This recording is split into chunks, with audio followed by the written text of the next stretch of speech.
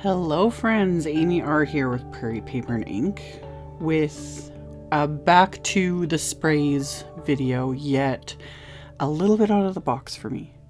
I was again very inspired by a recent video by Debbie Hughes and the color combo, everything. Her videos always inspire me. So many great creators and makers out there. So, kind of inspired by her, also inspired by the new Salvaged Patina distress color that was just released on the weekend, or revealed. Tim Holtz and Simon Says Stamp sent me the whole little collection, which so thankful and super excited because it arrived today, so I had to play with it. So I've got both the spray stain and the oxide spray, and then I have antique linen distress oxide spray and pumice stone spray stain, and I'm gonna throw in a little bit of black soot spray stain here too. Just experimenting. I had some Canson XL watercolor paper and my sprays, sprayed with water, started spraying some of the sprays. You just play with it, honestly. I've said this in all these sorts of videos where I have been experimenting. Just experiment. You know, try some different color combos, sprays, like oxide sprays, spray stains, all those things. It's just fun. Can you get the similar looks with the inks? Kind of, not really. The whole point of the sprays is, you know, that splattery pattern and just the more, they just kind of do their own thing. But can you do other things with the inks that, you know, fun backgrounds? Totally, 100%. You don't have to buy the sprays, but I will say that absolutely loving the sprays. I find they make me kind of think outside the box in the sense of I'm not as, it's not as restricting, you know, and I'm not as stuck with my OCD because sprays do have a mind of their own. So, anywho, I just did a little bit of the sprays. I added a bit of the black soot distress spray stain. I only splattered it and then mostly dried it. I didn't fully dry it, and you'll see in a second because it smears a bit, but I don't care. Black soot, especially in sprays, whether it's an oxide or spray stain, that one, I call them like powerful colors. They're ones that just can easily take over everything because there's so much pigment to them. You know what I mean? So it did kind of interfere a bit with this crackle paste, but I was fine with that because I'm just going with it and seeing where things go. So my background is pretty much dry. I'm using Simon's new extra large rose bouquet stencil that just love, and of course crackle paste. I'm still using my old crackle paste. The stuff I linked to, the Ranger crackle paste, I think it's more opaque than this. I haven't even opened my new container. I'm still using up the old stuff. I've done how many videos now using that crackle paste and using it a lot. And these containers last forever. Within reason, I guess. I will eventually use it up. But anywho, I let it completely dry. And then I trimmed down these pieces and I had enough for 2 cards. And this is where I start going outside the box even more. This is where I got this from Debbie Hughes' video. I've seen this, like, other creators do this as well. And I just never really think of it. But I inked up just a part of the new open grid background with VersaFine Clair Nocturne ink. And then just kind of slightly stamped it onto this background. You know, that whole mixed media look, that's why I kind of put the question mark in the video title, is not something I normally do. However, these videos using all these different media, they kind of apply. I just don't see myself as a mixed media artist anyway, and yet I love watching people do mixed media. It's always a thing. It's like, how did you get from, you know, a blank piece of paper to where you're at in the project I'm looking at? You know, I love watching the videos, all that stuff. And I'm slowly dabbling, you know, my toes in the water of mixed media. It's fun. It's really fun. So I added the Salvaged Patina oxide spray. I just splattered it, let that kind of dry. And then over all of this in little spots, I used this is the bubble wrap stencil that had come out, I think back in September. And the Salvaged Patina ink and just a little blending brush, and I just put it in little areas, and it just gave it that, you know, texture. And then while I had that blending brush out, I was like, you know what, I want to add some black soot ink just to the very edges of these pieces. So just kind of blending it on, and it's picking up, you know, it's deepening areas, but it's also picking up a bit into the Crackle paste, which is also really fun. And just kind of going from there. You know, I had no concrete idea of where I was starting. I started with the stencil and the color combo, and that was it, you know, and then this just, you know, it just keeps going from there, and it's fun. And like I said, when you experiment and play and create backgrounds, and if you don't like it, do it again, you know, or try something else, or walk away, all those things, because it's just paper and ink. It's not the end of the world, and it's fun to play. But if you're really hating it, just walk away, come back to it the next day or later, whenever, because a lot of times I'll be like, oh, this is looking like hot garbage. And I will walk away from it, you know, go eat a meal, go watch some TV, whatever, you know, go deal with my kids. And I'll come back to it and it's like, oh, this looks nothing like, you know, as horrible as I thought. So I wasn't sure during this process whether or not these backgrounds would end up being used, because I was like, oh, I don't know where this is going. But by the time I got to this point, I was like, these are fun. I'm enjoying this. And splatter fixes everything, like I always say. So I did. I added some white gouache, mixed it with a bit of water, and just splattered it on these backgrounds. Just 'cause. And then set those aside to dry. And while those were drying, I pulled out the Family Headlines stamp set. This one you can build like pretty much all the things when it comes to, you know, aunt, uncle, grandma, mom, dad, etc., etc., etc., you know. And then there's a bunch of little sentiments at the bottom that you can add to it. So it's like, you're the best, happy birthday, congratulations, all that stuff. So, and the best is from your favorite. So you could be like, from your favorite nephew, from your favorite friend, you know. So I just used the large friend sentiment and then a few of the smaller ones.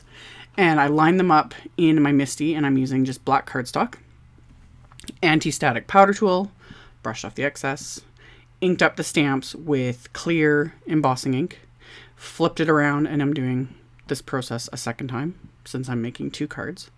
Once those were stamped with the clear embossing ink, I am going to cover these with some detail white embossing powder, tap off the excess, and then melt these with my heat tool.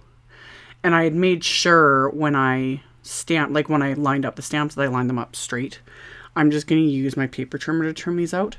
But if I had been thinking, I actually would have just stamped them, heat embossed them, and then just used my like sentiment label wafer dies to cut them out, because that's a lot faster than me sitting here and fiddling. Like, I've sped this up in editing, but it's just so much faster and easier than eyeballing it and cutting it with a paper trimmer. But again, I think of all these things after, you know, the cards are done and I'm doing the editing and voiceover. So yeah, I would have saved a lot of time, but whatever. I had them straight, so it was just a matter of trimming them down. So I trimmed all of the pieces. So I'll have sentiments for the front as well as sentiments for the insides of the card, of course, because I always got to do the insides. So once I had everything trimmed out, I pulled out some Nina Desert Storm cardstock for my card bases. And I'm going to score these card bases at 5.5 inches. So these will be top folding A2 size cards, so 4.25 by 5.5. So I'm scoring those with my Teflon bone folder, and then I reinforce that fold just with the side of the bone folder. I already waxed poetic about the bone folder in either the last video, a recent video anyway. Wonderful. Anywho, I have the stencil again. That's this stencil, this extra large rose bouquet. After I had used it with the Crackle paste, I immediately cleaned it off. I forgot to mention that because I was going on about like sprays and backgrounds and walking away and blah, blah, blah. I had immediately cleaned it off, cleaned all the paste off. You always want to either like put your stencil in a container of water. I don't keep a container of water in my craft room. Oh, I would have it knocked over in a heartbeat always. But I have a bathroom not too far from my craft room, so I just take it to the bathroom, put it in the sink, and clean off paste, glitter paste, all those things. Clean off your stencils. The only time it's not a rush is like ink. You know, ink comes off. I don't care if my stencils get stained. Paste can create issues, so you want to clean them immediately because they can like basically permanently adhere in a sense. So the stencil is clean. I used it on the inside of the cards with the Salvaged Patina Distress Oxide ink. Seriously, you guys, this color is fabulous. And I've said this. I would say this about every new color. There's going to be another. This is the 5th new color. 1, 2, 3. Yeah, this is the 5th. So we have 6, 7, 8, 9, 10, 11, 7 more to go. And I'll say it about every single color. Like, this is the best new color. Because I love it. I love them all. But this color, it is gorgeous. I love it. I was having so much fun. I tried to use like almost all the new products as I could, you know, on these cards. So I blended that over the stencil. And then I adhered the little sentiments on the inside. So it says, thanks for being there on the inside of the cards. And then for the sentiments on the outside, I put foam squares on the back of them. And then I did the very, very oldie but goodie trick of wrapping string around and putting that behind my sentiment. Every time I do this, and I don't do it very often, I remember when this became a thing, like way back in the day. You know, I think it started like with the scrapbookers and stuff, but it was so trendy. It was like so new and trendy, and it was like, and I just remember I always used to struggle. I was like, how do they get it to look like that? Like messy, but not quite, and yet perfectly in place, you know. You just wrap it around your fingers, you know, fiddle with it a tiny little bit, and then just stick it on, and that's all I did. And then the adhesive, like the foam squares of the sentiment, are holding it in place. And thankfully the string was there because I put the sentiments on crooked, both of them. So sometimes I can go with that when it's like intentional, but it was really bothering me. So I just very gently kind of pulled them up a little bit and straightened them. And then just worked a little harder on the second card front to make sure I got the sentiment straight. And same thing, just some white thread, wrapped it around my fingers, stuck it onto the card front, adhered it with the foam squares and the sentiments. And then to adhere the card front to the card base, I'm using Simon's Big Mama foam tape. You could either do this or you could use scraps of cardstock, but I do love this foam tape. It's lighter too. It doesn't add any weight really. And it's thin. So it gives me that little bit of dimension, but not, you know, a lot of bulk. So I coat the back with this, and also it is insanely sticky. Like once this is down, I've shown in other videos, if you're not comfortable with like lining things up, put liquid glue, like peel off the backing and then put some liquid adhesive over that, and then you've got those few seconds of wiggle room. It depends on my mood on how confident I'm feeling, whether or not I use the liquid adhesive. Today I was feeling confident, so I was just like, I'm just going to eyeball this, and thankfully didn't have to rip apart my cards and, you know, realign everything and remake everything.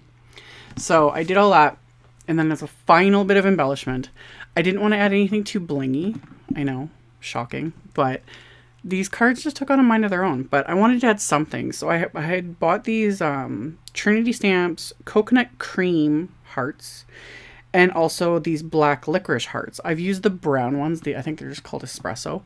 I've used those in a ton of videos, and they would have looked good on this too, but I got my hands on the black ones, and then these white ones are larger, and they're like those like clay type embellishments. And they're perfect because they're not shiny or glittery or anything, and they just go, in my opinion. So I adhered a few of those to these card fronts just with some craft tacky glue. And then I'm going to pair these cards with just some black envelopes from my stash. And they end up being very, I don't know, different in a sense, and yet still using the sprays that I'm loving. But yeah, this whole sort of like mixed media thing, I'm going to be exploring more because it's just fun. It really is fun. So like I said, a lot of this is from the new release from Simon, the Born to Sparkle release. I will have more videos coming. Hopefully I can manage a release and review. It's been really noisy around here with just children and neighbors and construction and all the things, but I'm going to try really hard. But I will have more videos and cards and everything. Just stay tuned. For these ones, the links will be directly below the video to all the supplies used, my blog post, etc. So you can check that out below if you are interested. Thank you all so much for watching and subscribing, thumbs upping, commenting, all of it. And I will see you all very soon in the next video. Bye!